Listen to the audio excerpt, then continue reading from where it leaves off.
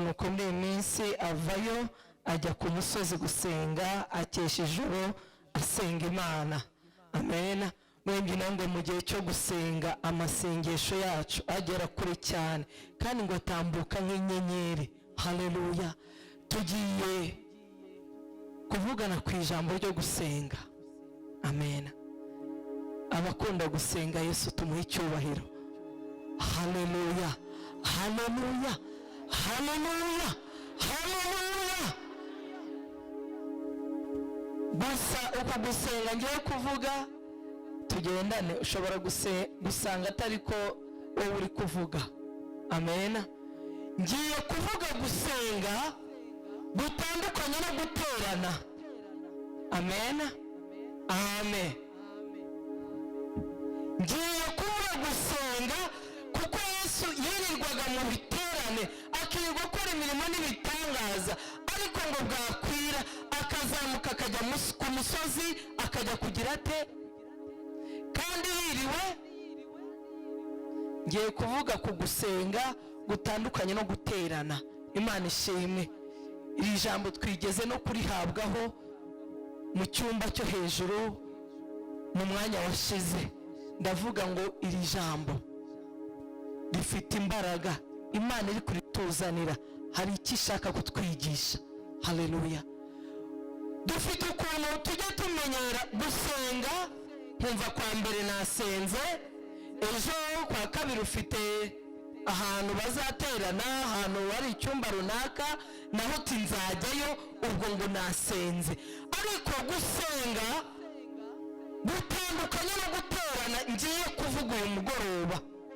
Gusenga ushobora kukuvuga mu buryo bwinshi. Gusenga nawe ushobora kuzicara Imana ikaguhishurira gusenga mu materaniro, ikaguhishurira gusenga wiyirije, ikaguhishurira gusenga wiherereye. Gusenga kurimo ingeri nyinshi cyane, ariko uyu mugoroba ijambo Imana yashyize ku mutima wanjye numva nkwiye kurisangira n'abera bose, ni ijambo ryo gusenga nk'ibanga ryawe bwite. Gusenga nk'ibanga ryawe bwite. Gusenga bitari gurupe nabyo ni byiza kubamo. Gusenga bitari amateraniro nabyo ni byiza guterana. Gusenga bitari ikivunge nabyo ni byiza, hari abo bifasha. Ariko nje kukubwira gusenga byawe bwite ukuntu ari ibanga rikomeye ribasha kukugeza ahantu abantu badatekereza. Umwiherero wawe ni Imana. Amen. Ubundi gusenga no gutakamba, sibyo? Gusenga no gutakamba, gusenga no kwinginga, gusenga no guca bugufi.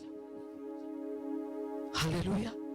Iyo ugiye mu ijambo ry'Imana ubona abantu batandukanye. Na Dawidi yagiye abivuga, akajya imbere y'Imana, wanga umutima wanjye uciriye bugufi Imana, utakambiye Imana. Niwe yabaga ari kugira gutabaga ari gusenga. Rero gusenga Yesu ubwo yigeze kwiherera asigara yigishwa be, arababwira ati mwe musigaye hano.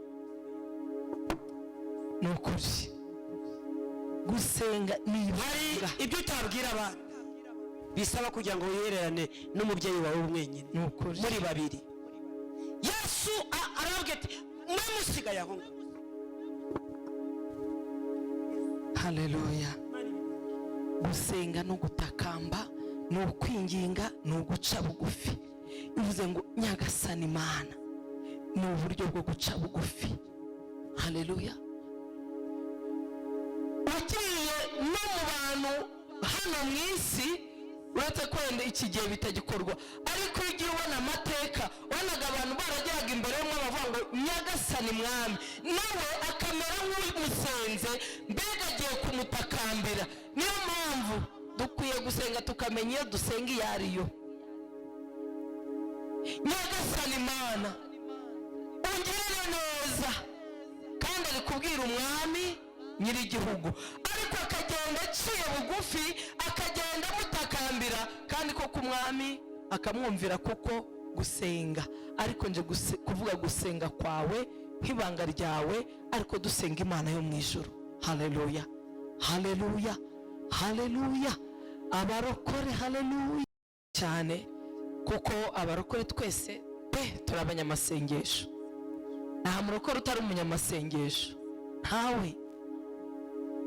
Ariko uzasanga ubunyamasengesho bwacu bufite ahantu butagera kubera iki? Kuko twaheze mu bikundi by'abandi, twaheze mu bigare by'abandi, twaheze kuba ku kidendezi bateranye ubwo ngo ndagiye gusenga. Kubera ko guterana ni byiza, n'Imana bawo uko iminsi irushaho kubegera aba ariko murushaho guterana kwera. Hari ibyo dukura mu materaniro, ariko hari n'ibindi tutazahakura. Haleluya. Umukozi w'Imana uzicara mu iteraniro, umuhanuzi uruwere uri ugira ngo uzahakura amavuta n'imbaraga biguhesha gukora icyo ngicyo Imana yaguhaye, ntabyo uzahakura. Amen. Umuririmbyi ngo kubera ko kwa mbere dusenga, ngo umuririmbyi asenga kwa mbere, umuririmbyi agasenga kwa kabiri yagiye i Nyamata, agasenga kwa kane yaje mu masengesho y'icyumba, agasenga no ku cyumweru. Ubwo umuririmbyi yasenze kabaye, ni umunyamasengesho. Ndakubwiza ukuri, ntabwo wabishobora, ntaho byakugeza. Niyo mpamvu uzasanga hari ahantu ibintu bigenda bikatikira. Ngiye kukubwira ibintu bigeze muri bitatu, ntabwo ndi bubirenze, kuko hajyaho byinshi na bine na bitanu wabibona winjiye muri iri jambo. Ariko ndagira ngo ngukundishe gusenga wihereranye n'Imana yawe, wowe n'Imana. Haleluya, haleluya. Wowe n'Imana yawe mwihereranye, ugasenga Imana. Abantu ngo ntibajya bumva ijwi ry'Imana, nose uzaryumvira he? Ahangaha Imana izanyura muri Mama Cedric, izanyura muri Joel, izanyura mu bapasitori, ariko wowe uzumva Imana igutumaho ivugira mu bandi. Ariko nusenga wowe n'Imana, Imana izuruka ivugane nawe. Niwihorana n'Imana, ijwi uzaryumva, ariko si ijwi uzaryumvira he? Nuza mu materaniro Imana izatuvugisha, tubabwire ngo Imana iravuze ngo. Ariko wowe niwihererana n'Imana yawe, Imana izuruka ivugane nawe, izuruka ikubwire, izuruka igukosore, izuruka ikubwire ngo witwara gutya, izuruka ikubwire ngo nyamara niba ntabwo bikwiriye, kuko wagize igihe cyawe gayo. Muri make ntabwo wayiva imbere amara amasa, ntabwo bishoboka. Ako wakwicara imbere y'Imana amasaha 3 ukava imbere y'Imana utayumvishe, iyo yaba ari Bayali. Na Bayali menye ifite ukuntu yakwiyaranje ikavugana nawe. Mubeshye se, na Bayali yakwiyaranja da, kavuga ati uyu muntu wegeye yampamagariye, kanze mukubita akantu kamurindagize, kuko wararindagiza nta kindi avuga. Sibyo se? Sibyo? Wari wajya kwa Mwamini se abajyayo, cyangwa ubu twarakijijwe abagiyeyo? Wigeze ujya kwa Mwamini ukava atakubwiye ati nyamara nyoko mukwe cyangwa umukazana wawe cyangwa kanaka na kanaka, kandi koko waza kubihuza ugasanga nibyo? Ubwo se Mwamini n'Imana yo mu ijuru imubwiye?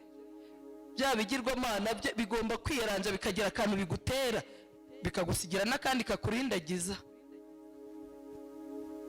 Kuko ikitari Imana cyo nakarindagiza. Amen. Uyu munsi twige gusenga, kuko ni ibanga rikomeye. Haleluya. Ariko tekereza aho Yesu yirirwaga. Yesu umenye ngo ni Imana yahinduye umuntu, yambara akamaro k'umwana w'umuntu kugira ngo tubashe gushyikira ibyo tubwira. Ariko yari Imana, ariko ngo bwariraga ngo agahita azamuka umusozi, ngo agakesha ijoro ari gusenga, bwacya kongera akamanuka, akagenda mu midugudu akora ibitangaza, akajya mu birorero akiza abarwayi, akagenda abaha imigati, ab'inzara arisha akabagaburira, agakora imirimo ikomeye. Nkanasambana kubera ko ntasenga. Biroroshye ko nakora protokole kandi nkaba ndi umujura kubera ko ntasenga. Idasenga byose urabikora, ntacyo udakora idasenga. Uko niko kuri. Nta mwuka wera ugira ukuyobora.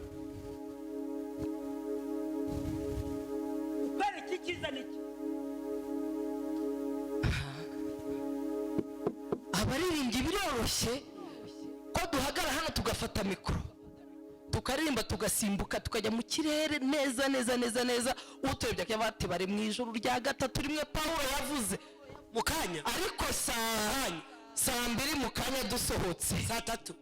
yewe nyagasani we, ukavuga uti ni wa wundi wari uriho asimbuka mu kirere neza neza mbona ijuru ryamanutse. biroroshye kuko muraterana ntibugire igihe cyo gusenga. mu kanya sayine kabafashe irya mitsingi, icyaka kikaba cyishyana aririmbye cyane birumvikana. n'icyaka parido mu masedi ntabwo nkuderaye. umunsi w'Ikanombe twamaze guterana amateraniro, manuka hepfo ngiye ku kiriya ahantu nsanga umugabo twari turi kumwe mu materaniro afashe irya mitsingi.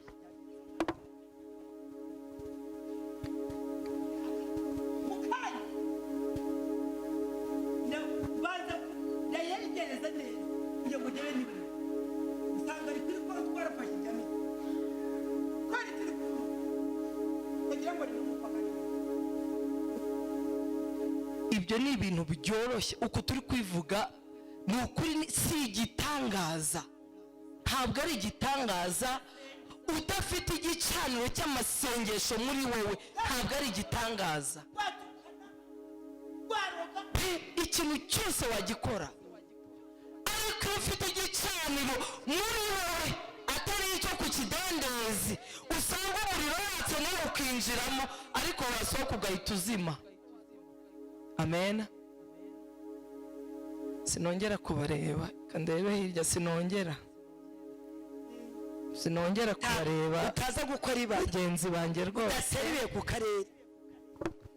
ibintu bitatu rero umuntu ufite buriya gusenga, hari n'abantu bazi ngo umuntu akwiye gusenga kubera ko afite ibibazo, umuntu akwiye gusenga kubera ko byacitse. oya, gusenga bikwiye kuba ubuzima bwa buri munsi.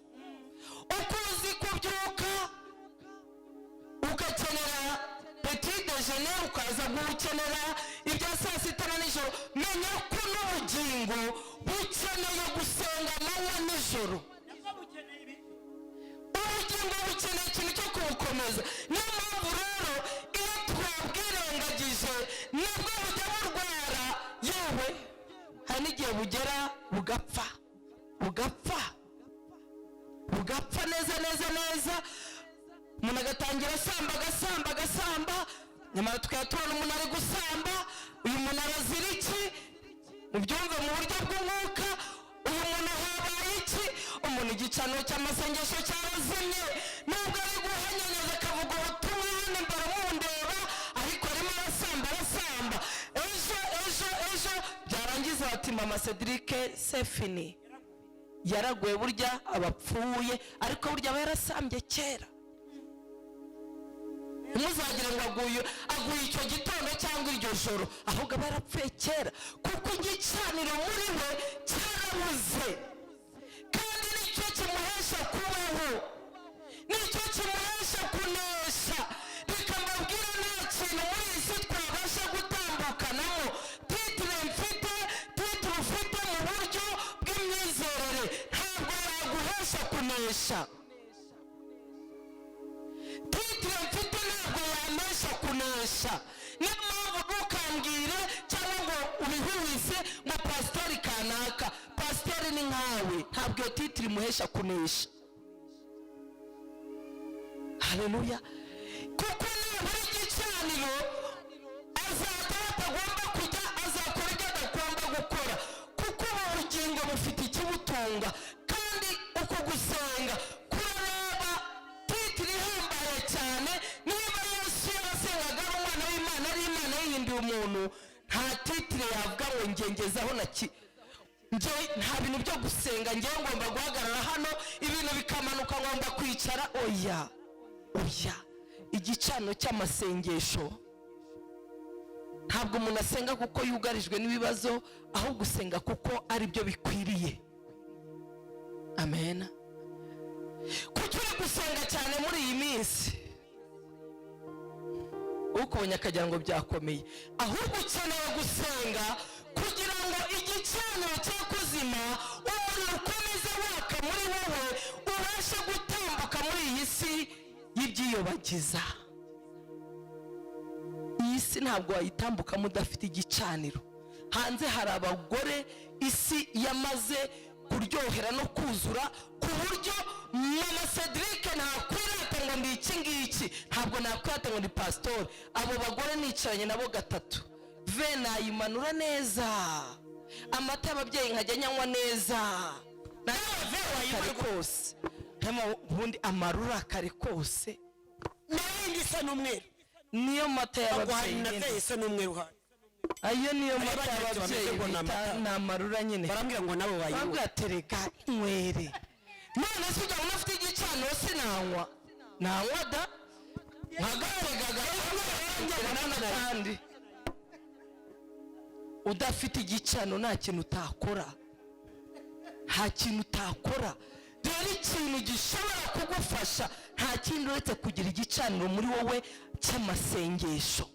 Bati mukunde iyo umweru nawe wayinywa.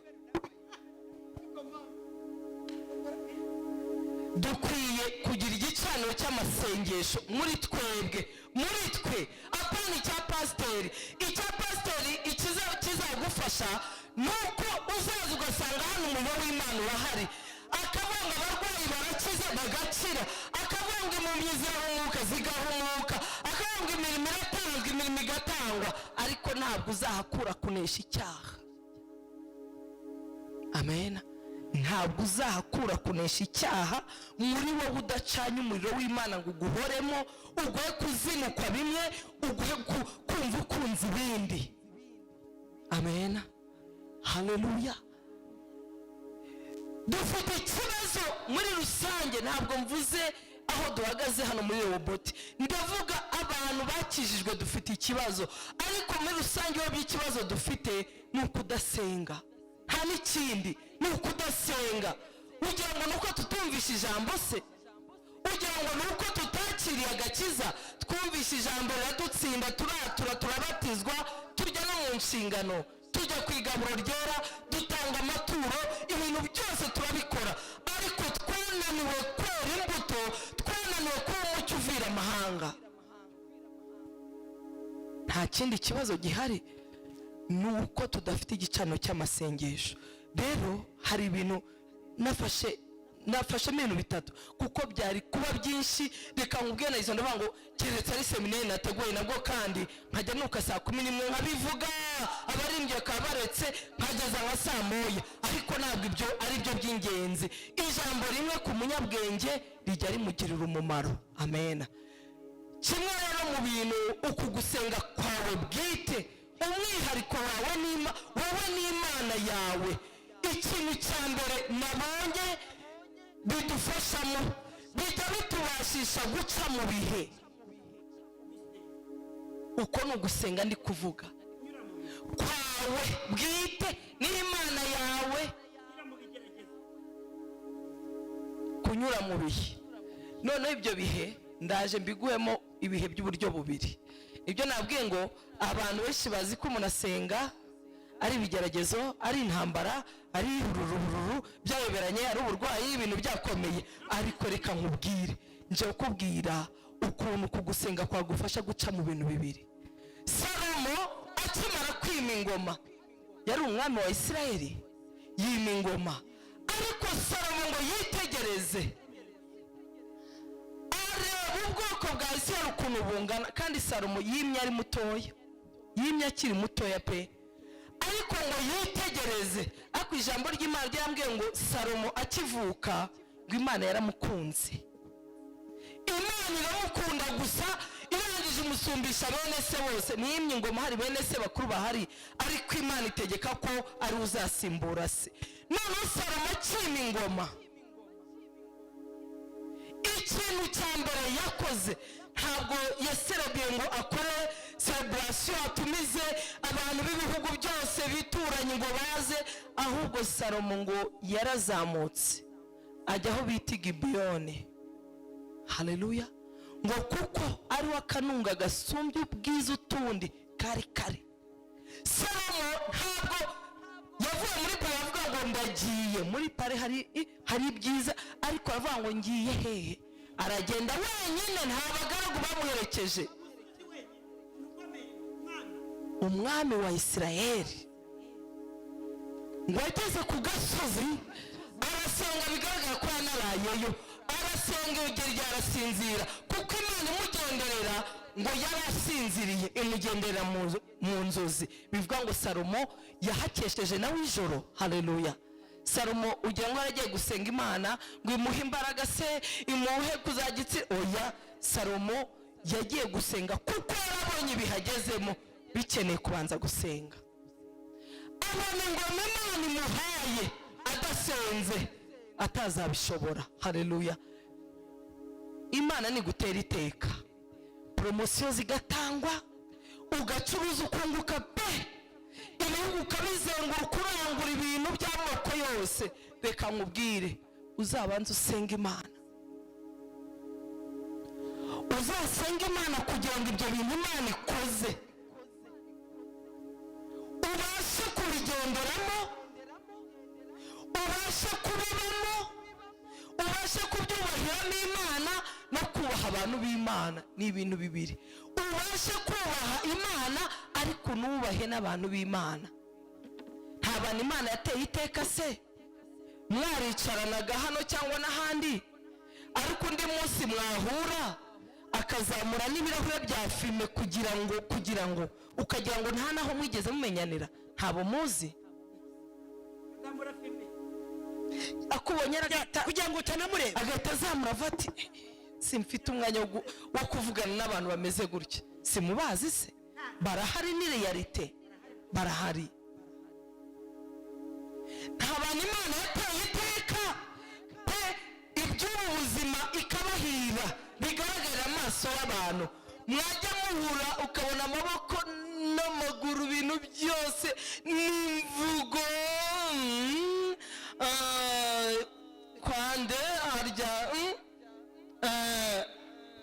kandi mwaricanaga mukaganira neza nk'abantu, ariko mwahura ivuga yarahindutse, ukavuga utumana ya Isirayeli we undengere ndebe nsotsa ahantu. Kubera iki? Kubera ibintu yagezemo ntabwo yasenze Imana ngo imuhe imbaraga zo kubitambukamo. Imana itugenderere kandi Imana idusure, ikaguha posite nziza, abantu bose ukajya ubasuzugura ukabona nta n'ubwenge bagira. Kavuga uti ariko nka bano twigaga bari he? Abangaba twigaga harya wize he? Oya, warahiriwe, warahiriwe. ariko harya twariganye cyangwa ninde muntu wayoberwa umuntu biganye? Imana itugirire neza. Rero uku gusenga kujya kudufasha guca mu bihe Imana yangirira neza, ntiga kubigendamo. Kandi ni ukuri konte zanjye ziriho amafaranga, kuba nakomeza kuba umuntu woroheje ntabwo byakura amafaranga yanjye. Umva, ni icyubahiro rwose kigaragara muri iyi si ntabwo cyavaho, kubera ko niyoroheje duhure turamukanye ngira ibirori ngutumire, ntabwo byavaho. Abandi bamara kugera ahantu, abo mu cyaro harimo ba nyina wabo, harimo ba nyirasenge, harimo ba se wabo, abagahita bahanagura ku ikarita agahimba undi muryango, agahimba undi muryango. Sister wanjye ni ICT kwa Esther, umwana wo mu Bisubizo, wo mu Bisubizo w'i Kigali, ku buryo bagera akavuga ngo sister wanjye, kavuga ngo Knowless bavindimwe kandi batanaziranye. Ya Knowless ntabwo ari uko data wacu, ayi wewe, bakibagirwa imiryango. kavuga ngo Debeni, ati Debeni ni unkurikira. Akagere mbega abantu basobanutse gusa, wataha ibirori bye ukajya ugira ngo habaye ronshi, kugira ngo bagiye kuronshinga, nyine agashaka abantu b'abasitari ba VIP bari kuri dress code, ba bantu batazi ibya dress code. No, utazi kwambara umweru cyangwa yambara umuhondo. None se nyirasenge uri Nyamasheke azamenya iby'umuhondo? Umuntu yambara igitenge akarenzaho ikindi ntazi iby'umuhondo. Sinzi wabonye igikombe cya Guma Guma umuntu umwe arambwira kandi dusanzwe tuziranye ngo uriya ni umwene wacu kubera wanyubeshya imbazi se wangwaje ate kandi yabonye igikombe cya Guma Guma cyane cyane pe. urumva ukuntu gusenga nubwo twe dufite ukuntu tubifata ariko bifite ikintu gikomeye bino no muri twebwe. iyo umuntu wasenze Imana ijya kuguma kumera abo turi bo rwose. iyo wasenze ubu uri ntabwo guhindura ururimi umuntu akaba n'ukuri. urabizi amashuri yizura urayaziranye ariko yatangira za so oya n'umwanya yagiraga yewe yarabaga n'uwajya so oya arakabwa nyuma yaririmo wenda kamujyamo. urabizi aho yagarukiye zikarase diplome ndabizi neza bikada unda niyo segonde ntiyayikandagiye bivuga ngo za so na what ntabyo azi ariko mukavugana so ni data uvuga ni so by the unamuje ngo ni igice uvuze ntiyakimenya gusa azi ko kugira ngo agaragaze ko hari icyo amaze kuba cyo akwiye kwiga utuntu nk'utwo utanamuzi icyo bisobanuye ngo gisobanure. by the way ntiyamenye icyo avuze ntiwanamubaza ubwo uti ubwo si icyo kintu mbwiye gisobanuye iki ntacyo yakubwiye ahita avuga ati nacyumvishe gutyo wenda cyangwa abantu bafite amafaranga nuko bavuga. uyu mugore batubwire rwose ibihe rero abantu bazi ko ngo ibigeragezo ibibazo ari ibyo bintu abantu bakwiye gusenga. ukwiye gusenga mu bihe by'umunezero mu bihe by'amahoro mu bihe byo kwaguka ugasenga kuko ntabwo byoroshye mu bihe by'ibisubizo kuko satani hari abantu benshi ahiciye amwereka ko adashobora kwicara mu rusengero rutarimo amakaro. ubu koko wagenda ukicara muri iriya vumbi uzi imodoka barepereka kuri uriya muhanda noneho nabonye n'ivumbi ryaje bya hatari riraje ritwumvishe bye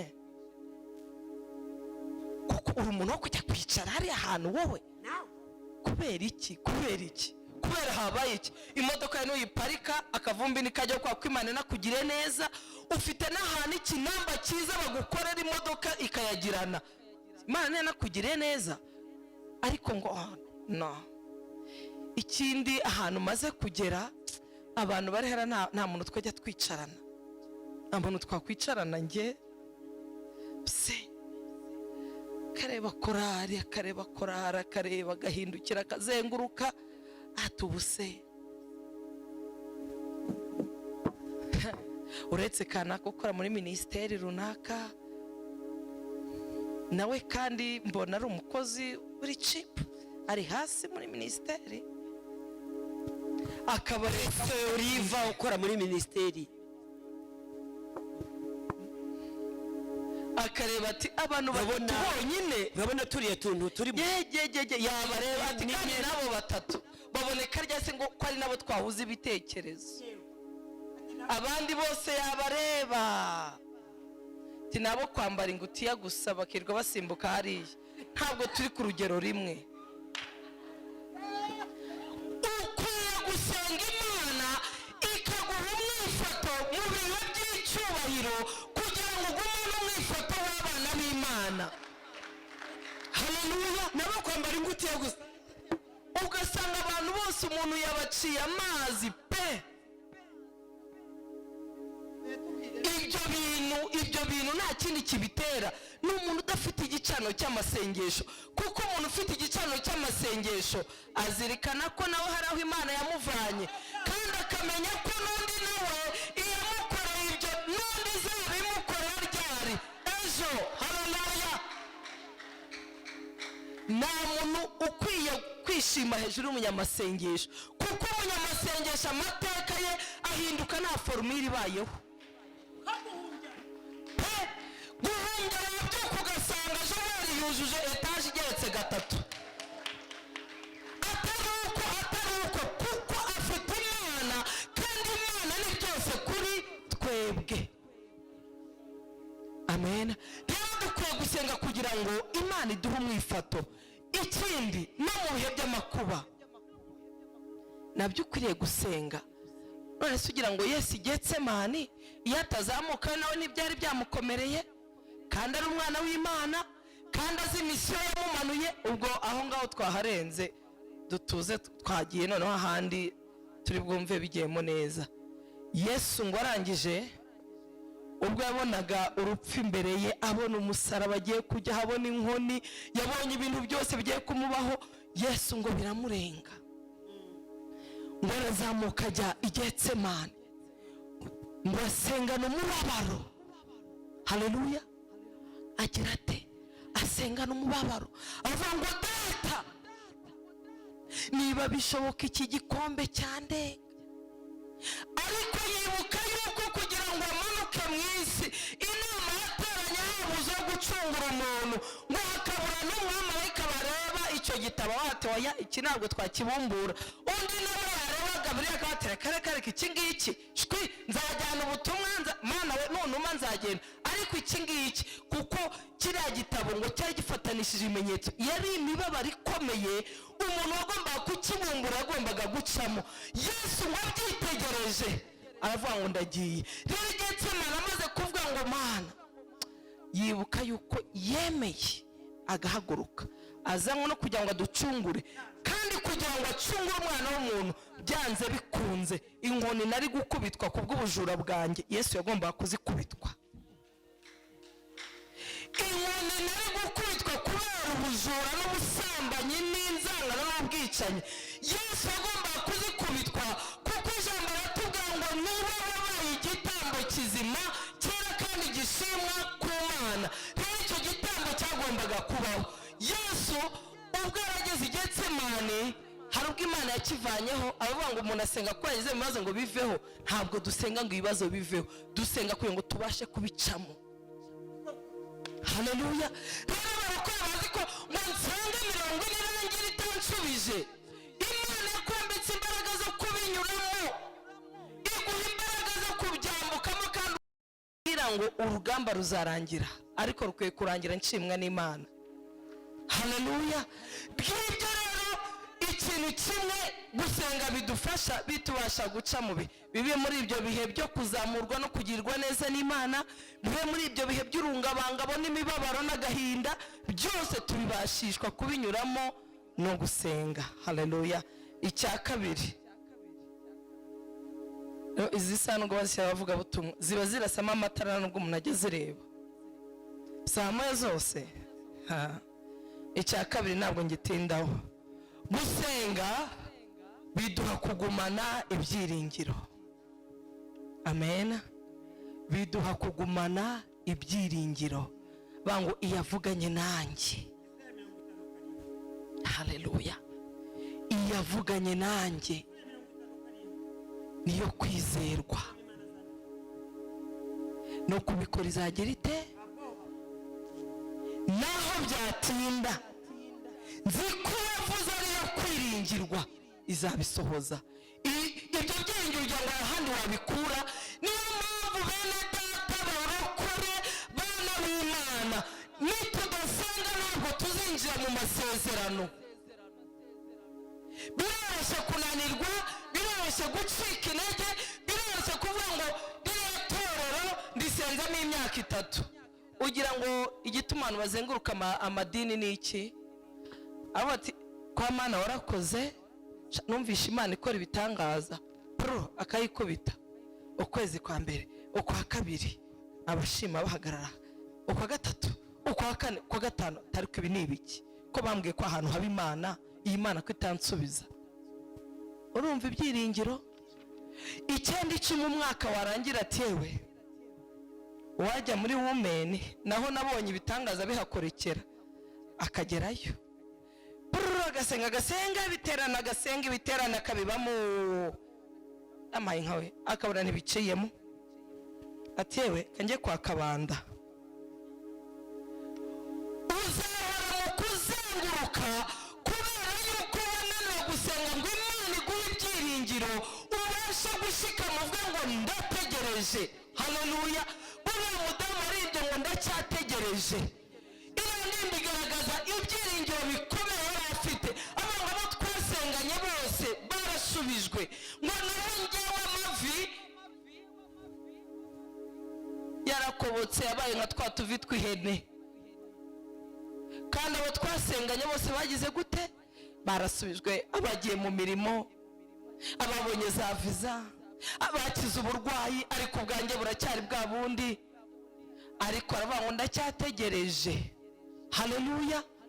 Umugisha wawe nubwo bimeze gutyo. Rero ibyo bintu n'ayo magambo nta handi wabikura uretse mu kuba mu bihe byo gusenga wowe n'Imana. Uzicara mu iteraniro, Imana iravuze ngo uti haleluya, uze ku kidendezi utahe usanga uko wabisize baba we, usanga uko wabisize noneho nibijya ukubitane na preyavi. Kandi maze kuvuga ko igize ite? Niyo mpamvu abantu uzana abantu baraheze mu rungabangabo, ariko usanga kenshi aritwe turwishyiramo. Imana urayitegereza, Imana urayitegereza, natwe abaduhamagaye turayirindira. Abantu barasonza inzara irabica. Imana urayitegereza, n'ubu turacyategereje. Abantu basonzera mu muhamagaro. Imana wibwira ko ikora nka so wanyu, ubwo uti kandi nutabikora ndapfa ndahwera. Wahwera n'ukuri, ahubwo wibwira ngo ndacyagutegereje, nyambika imbaraga, ncuruza Mana, aho ucitse intege upfukame wibwire ngo mwami wanjye ndumva ncitse intege. Wibwire ngo mwami Mana yanjye ndumva nenebutse, ndumva biri kwanga, aho hantu ntabwo uzahaguruka nk'uko wahagiye. Imana ishimwe. Niba zaba ari nijoro, niba zaba ari mu gitondo, niba zaba ari nyuma ya saa sita, ntabwo mbizi, ariko niwumva biri kwanga ukumva ibyiringiro biri kukunamukamo, uzihine. Wihine uyipfukamire, kandi iyo wayipfukamiye wowe nayo urayibwira, ukayibwiza ukuri. Ariko biragoye ko tuzicarana hano mu iteraniro ufate mikoro tubwire turebe ukuntu ndeba, icyaka cyatangiye kuza ngewe ndagiye. Ariko ushobora gupfukama wowe nako uti wa Mana we naragutegereje, ariko ngiye no kwinywera akayoga, dore igihe nagutegereje byose ndabona byaranze, n'icyaka kirimo kiragenda kinyica. Ibwira utera igihe wambwiriye umugabo cyangwa ukambwira umugore, ndakwiki nzakwiki, sare se nzayishyura iki? Ubu sare umuntu ugikora ubukwe adafite sare, sare se nzayishyura iki? Abasore mwe preza nzakwiki, dataza kwere uzajya kwaka wa mugeni w'ideni, timwe mu nkopye nzabishyura. Kandi igihe tugezemo ukuntu kigoye, umubyeyi w'iki gihe nawe waguha iryo deni nakwambiya ntayo wabona. Gomba kumuha inkwano ze zuzuye zitabaho n'igiceri, zitabura n'igiceri. Rero ibintu byo rero yegereye ibwira ubu rero uku ndeba rwose imyaka yagiye, ndumva nkeneye n'umugore cyane. babyeyi sinyibashije, babyeyi ntibemere gutanga amadeni. yibwira uyegereye ibwira uti nge ntabwo nyibibashije gukomeza ndi njyenyine, simbishoboye. None rero wampa amafaranga, wampa akazi, wakora iki? Sha numara ukwezi itaragukubita ikintu gituma ukora ubukwe, izagucira inzira iguha akazi, izagukorera igitangaza ubone, izanye zanumbutse nka zimwe yaturumbukije mu Bisirayeli barangije bararya inyama nk'uko bazifuzaga. Nawe izakora igitangaza, ugenda ukawishyura sare na za modoka nziza uzibone. Haleluya. N'umugore ubasha kumwishyurira ikanzu nziza na bya bindi byose bikorwa, nawe ubwo se uzaba utubatse. Ariko nudasenga biroroshye kwaza kugusaba ngo tuze kuza tubiganireho, gahita uhomaho akugida kagahomaho uti ihangane nyine wese ko nayitegereje byanze, ubu ndashatse nta bindi. Igicaniro cyo gusenga. Haleluya. Dukeneye ibicaniro byacu bwite, apana guhora twota imiriro yenyegejwe n'abinginzi, tukota imiriro yenyegejwe n'abaririmbyi, tukota imiriro yacanwa muri rusange. Ukwiriye gucana umuriro wawe ukaba ku gicana, noneho wagera byahindutse bijya bigaruramo ibyiringiro gusenga wihereranye n'Imana. Icyo ntabwo ngitindamo. Haleluya. Buriya ugira ngo Dawidi yari kubasha gutegereza kuzima ingoma. Basore bagiye gushyiraho kugi ntabwo umva mureke gushyiraho kugi mutegereze Imana. Haleluya. Dawidi ikintu cyamushoboje yasutsweho amavuta agera gutari ko agira urugamba rukomeye na Sawuli. Mu by'ukuri yagiye abona uburyo bwinshi yari kwicamo Sawuli agahita yima ingoma, ariko Dawidi aravuga ngo Imana yanyimitse ikamvana mu ishyamba ntabwo nzicara ku ntebe y'ubwami kuko nabigenje gutyo, ahubwo mu gihe gikwiriye izigizaho Sawuli. Dawidi agumana ibyo byiringiro, Sawuli akamwirukankana akemera akiruka akavuga ati ndagiye, ariko nubwo ndiho amavuta Imana yanyimitse, ariko nzi ko Imana yanyimitse mu gihe cyayo nzima ingoma. Haleluya. Kandi koko uko nguko yakomeje. Kubera iki? Dawidi yarasengaga Imana. Nuzasanga avuze muri Samweli wa 2 avuga ngo mu mubabaro wanjye natakambiye Uwiteka. Haleluya. Uwiteka nawe aranyumva. Amen. Nta kindi cyabigushoboza rero uretse gusenga. Icyanyuma rwose na Bibiliya nayibombye. Gusenga bizana umucyo mu gihe cy'umwijima. Haleluya. Bijya bizana umucyo mu gihe cy'umwijima. Ukabona umuntu yabuze umubyeyi, yabuze umuvandimwe, yabuze umwana, yabuze umufasha we cyangwa umutware we, ariko ukabona uwo muntu hari ukuntu isi yari imutegereje ari bameze, ariko ukabona ntabwo ariko. Kubera gusenga Imana ikagizana umucyo aho abantu bari bazi ko bagiye gucura umwijima. Amen. Haleluya. Haleluya. Imana ishimwe. Abaririmbyi baririmbye muri iyi ndirimbo hariya ngo n'umwana muto uzi gusenga Imana ngo umutima uzatuza, amahoro nayo azaba menshi. Ugira ngo nukubera iki? Kubera ko afite gusenga. Haleluya. So uko imiryango nta kuntu washyigikira umuntu ngo mwibagize ko umwana we yapfuye, nta kuntu washyigikira umuntu ngo mwibagize ko umufashe cyangwa umutware we yapfuye, nta kuntu washyigikira umuntu beneda ngo mwibagize ko ababyeyi be bapfuye. Uretse ko yinjira mu gusenga noneho handi haracuza umwijima, umuntu ukabona atangiye gucya kandi yari afite umwijima mwinshi muri we, ukabona inseko yaragiye, ibintu byose byarashaririye muri we, ariko yagira ibihe bye byo kubana n'Imana, Imana ikagenda imwomora ikavuga ngo ndi se w'imfubyi, ikavuga ngo ndi umugabo w'abapfakazi, ikavuga ngo kandi iherezo rya byose umuntu wese azanyura mu bupfu kugira ngo yinjire mu bugingo. Ibyo bintu ahari umwijima ukajyona umuntu ukavuga gusa uyu muntu rimwe na rimwe nayo mpamvu uzajya umva abantu bavuga ngo ko abarokore barakabya, abandi ngo ni depression, abandi ngo ntabwo bisobanutse, ntabwo biriya bintu biri normal kuko gusenga kujya kudukuraho amateka y'umwijima kuko tuzanira umucyo, kuko tureba tukabona ibirenze none tukavuga ngo hirya ya byose abatubanjirije tuzabasangayo, n'ijoro tuzabona ababyeyi bacu, abavandimwe twabuze tuzababona. Ibyo bintu bikazana umucyo muri twe kandi abantu bari bategereje ko tugiye gutura mu icuraburindi. Rero mwifurije gusenga, mwifurije kubana n'Imana wowe nayo, aho hantu uzahavoma imbaraga. Hari n'ibindi byinshi twari kuvuga, ariko n'ibyo nubihagararamo nawe Imana izagushoboza n'ibirenze ibyo ntavuze. Imana yabaha umugisha kandi abarebe neza mu izina rya Yesu. Amen.